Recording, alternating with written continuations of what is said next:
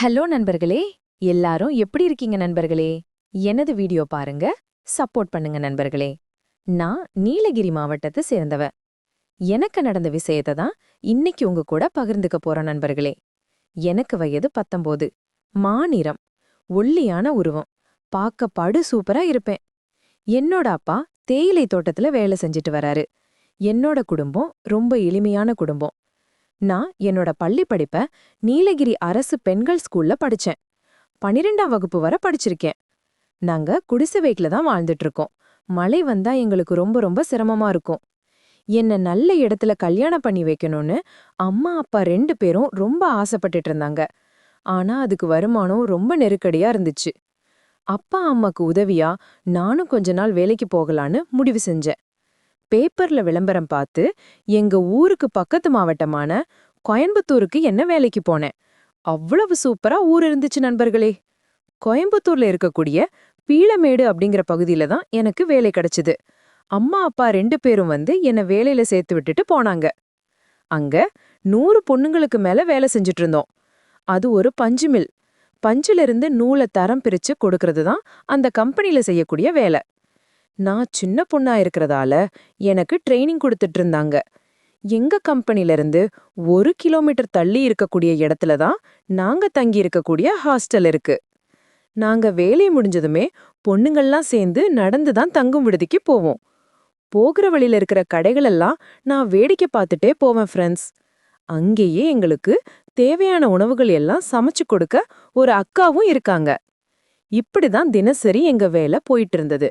நானும் நல்லபடியா எனக்கு சொல்லிக் கொடுக்கக்கூடிய வேலைய கத்துக்கிட்டு இருந்தேன். நாங்க தங்கி இருக்கக்கூடிய ஹாஸ்டல்ல பல மாவட்டத்தில இருந்து வந்திருந்த இளம் பொண்ணுங்கள் மட்டும்தான் இருந்தாங்க. நாங்க தங்கி இருக்கிற ரூம்ல மட்டும் 6 பேர் இருக்கோம். எங்க ஹாஸ்டல்ல ஆண்களுக்கு அனுமதி கிடையாது. அப்படியே யாராவது வந்தா கூட யாரையும் உள்ள விட மாட்டாங்க. எங்க அப்பா அம்மா மாசத்துக்கு ஒரு முறை என்னை பார்க்க வருவாங்க. அவங்களுக்கு கூட எங்க ஹாஸ்டல்ல அனுமதி கிடையாது. ஹாஸ்டல்ல இருக்கிறதுலயே நான் தான் ரொம்ப சின்ன பொண்ணு. மத்தவங்க எல்லாம் 2-3 வருஷம் என்னை விட மூத்தவங்க. அதனால எல்லாருமே என்ன ரொம்ப நல்லா பாத்துக்குவாங்க. ஞாயிற்றுக்கிழமை ஒரு நாள் மட்டும் எங்கள வெளியில அனுமதிப்பாங்க. அன்னைக்கு எங்களுக்கு தேவையான பொருட்கள் எல்லாம் கடையில போய் வாங்கிட்டு வருவோம். அப்ப கூட ஹாஸ்டல் வார்டனக்கா எங்க கூட தான் இருப்பாங்க. அங்க இருக்கக்கூடிய எல்லா பொண்ணுங்களுமே வருஷத்துக்கு ஒரு முறை தான் அவங்க வீட்டுக்கு போவாங்க. பெண்களா இருக்கிறதால அவங்களுக்குள்ள இருக்கிற ஏக்கம் அப்பப்ப வெளியில் வரும். அம்மா அப்பா தங்கச்சின்னு குடும்பத்துல இருக்கிறவங்களா நினைச்சு அழுவாங்க. நாங்க ஆறுதல் சொல்லுவோம். நான் எல்லாம் அம்மா அப்பா வந்துட்டு போன 2 நாள் அழுதுகிட்டே இருப்பேன். பொண்ணுங்களா இருக்கிறதால அந்த மாதிரி ஏக்கம் அடிக்கடி வேற வந்துரும். அந்த ஏக்கத்தை தீர்த்துக்கிற ஒரே இடம் பாத்ரூம்ல தான். நான் கூட ஒரு சில நேரம் அந்த பாத்ரூம்ல போய் ஏக்கத்தை தீர்த்திருக்கிறேன். அப்பதான் கொஞ்சம் மன நிம்மதியாவும் இருக்கும். இந்த சமயத்துல தான் என் கூட வேலை செய்யக்கூடிய அக்காவுக்கு ஒரு திருநங்கை பழக்கமானாங்க.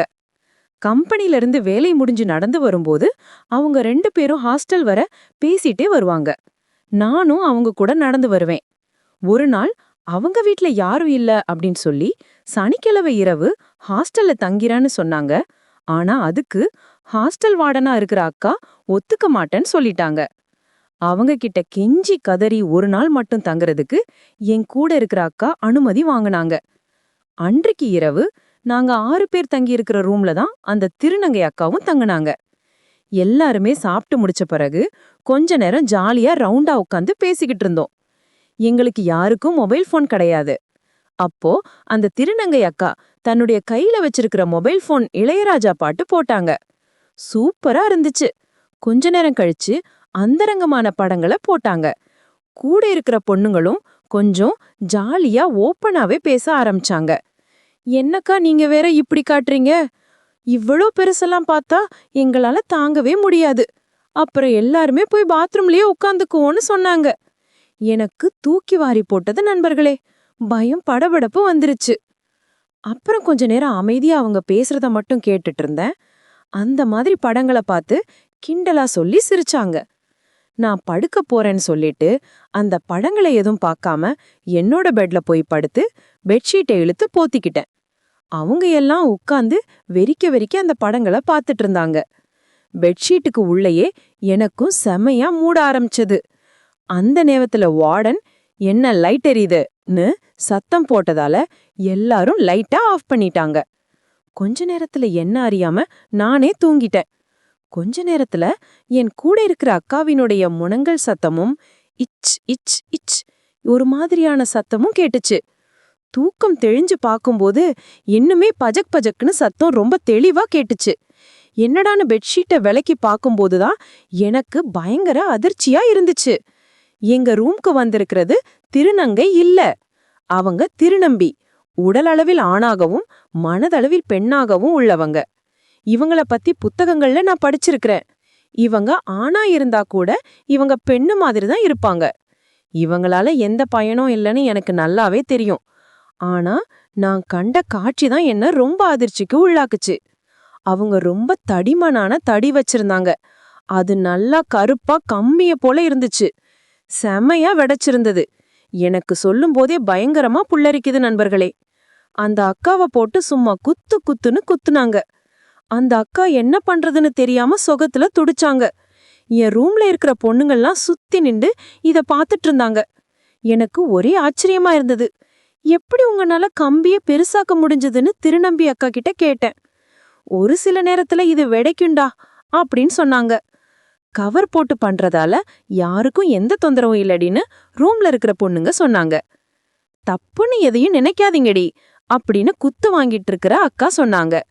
பாத்ரூம்ல போய் சுகம் பார்த்திருக்கிற பொண்ணுங்களுக்கு இது ஒரு நல்ல வாய்ப்பா இருந்துச்சு ஃப்ரெண்ட்ஸ். அந்த அக்காவுக்கு உச்சம் வந்ததும் அடுத்தவன் வந்து படுத்தா. இப்படி மாறி மாறி ஒவ்வொரு பெண்களும் குத்து வாங்க ஆரம்பிச்சாங்க. எல்லாரும் சத்தம் போடாம அந்த ரூம்குள்ள இருந்து அனுபவிச்சுட்டு இருந்தாங்க. எனக்கும் இந்த காட்சியை நேரடியா பார்க்கும்போது என்ன பண்றதுன்னு தெரியல. ஆனா தானாகவே வடிய ஆரம்பிச்சசு.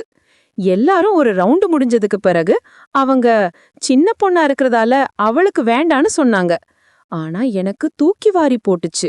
ஆசை அடக்க முடியாம தவிச்சுக்கிட்டு இருந்த நண்பர்களே, என் கூட இருக்கிற அக்கா தான் கேட்டாங்க, நீயும் ட்ரை பண்றியாடி அப்படின்னு.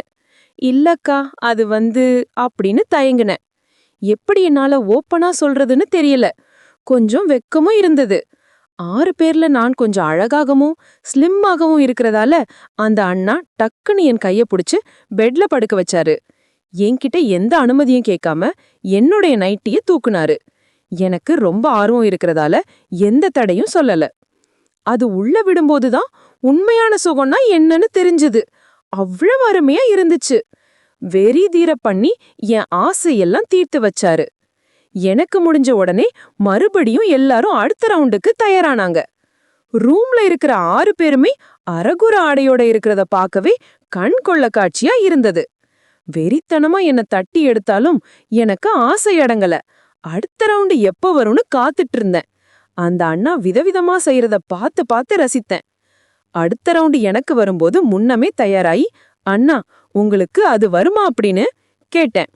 இல்ல தங்கச்சி வராதுன்னு சொன்னாரு. அப்புறம் எதுக்கு அண்ணா கவரை எடுத்துட்டு பண்ணலான்னு சொன்னேன். மத்த அக்கா எல்லாம் வேண்டாண்டி ரிஸ்க்குன்னு சொன்னாங்க. நான் கேட்கல. நான் ரொம்ப சின்ன பொண்ணா இருக்கிறதால அண்ணாக்கும் ரொம்ப ஆர்வம். அதனால கவரை கலட்டிட்டு நேரடியாகவே உள்ள விட்டாரு. அப்பப்பா என்ன சுகம் என்ன சுகம், சொர்க்கவே தெரிஞ்சது. நல்ல வேகமா அவருக்கு ஈடு கொடுத்த. எல்லா அக்காவும் என்னை பார்த்து என்னடி சின்ன பொண்ணுன்னு பார்த்தோம், ஆனா இப்படி பண்றா அப்படின்னு என்ன ஆச்சரியமா பார்த்தாங்க. எனக்கு இருக்கிற ஏக்கம் எனக்கு தானே தெரியும். நான் சொல்றது நிஜம்தானே நண்பர்களே? நல்ல வேகமா பண்ணிட்டு இருக்கும்போது திடீர்னு எனக்குள்ள சூடா ஏதோ இறங்குச்சு. அந்த அண்ணன் திடீர்னு குலுங்குனாரு. என்ன ஆச்சுன்னு சேட்டேன். ஒன்னும் இல்ல தங்கச்சின்னு சொன்னாரு. கொஞ்ச நேரத்திலே அவர் பண்றதை நிறுத்திட்டாரு. எனக்கு இன்னும் வேணும்னு ஆர்வம் இருந்தது. திடீர்னு அந்த அண்ணாவினுடைய தடி சுருங்க ஆரம்பிச்சது. அதுக்கப்புறம் அவரால செயல்பட முடியல. நடந்த நிகழ்வுகளை பத்தி எல்லாரும் உட்கார்ந்து பேசிக்கிட்டு இருந்தோம். அப்ப எனக்குள்ள இருந்து ஒரு திரவம் வழிஞ்சி வெளியே வந்துகிட்டு இருந்தது. நான் ரொம்ப மூடானதால வருதுன்னு நினைச்சேன். இப்படியே ஒவ்வொரு வாரமும் சனிக்கிழமையானா அந்த திருநம்பி அண்ணாவை வார்டன் கிட்ட பேசி கெஞ்சி கூத்தாடி ரூமுக்கு கூட்டிட்டு வந்தோம். ஞாயிற்றுக்கிழமையானா எங்களை வெளியில அனுப்பும்போது எல்லாரும் வேற வேற பொருட்கள் வாங்குவாங்க. ஆனா எங்க ரூம்ல இருக்கிற அக்காங்க போன உடனே வாங்கக்கூடிய முதல் பொருளே அந்த கவர் தான். இது யாருக்கும் தெரியாம வாங்கி பத்திரப்படுத்தி வச்சுக்குவாங்க. இன்னும் ஒரு சில அக்கா என்ன பார்த்து டைரக்டா பண்ணி அனுபவிக்க ஆரம்பிச்சாங்க.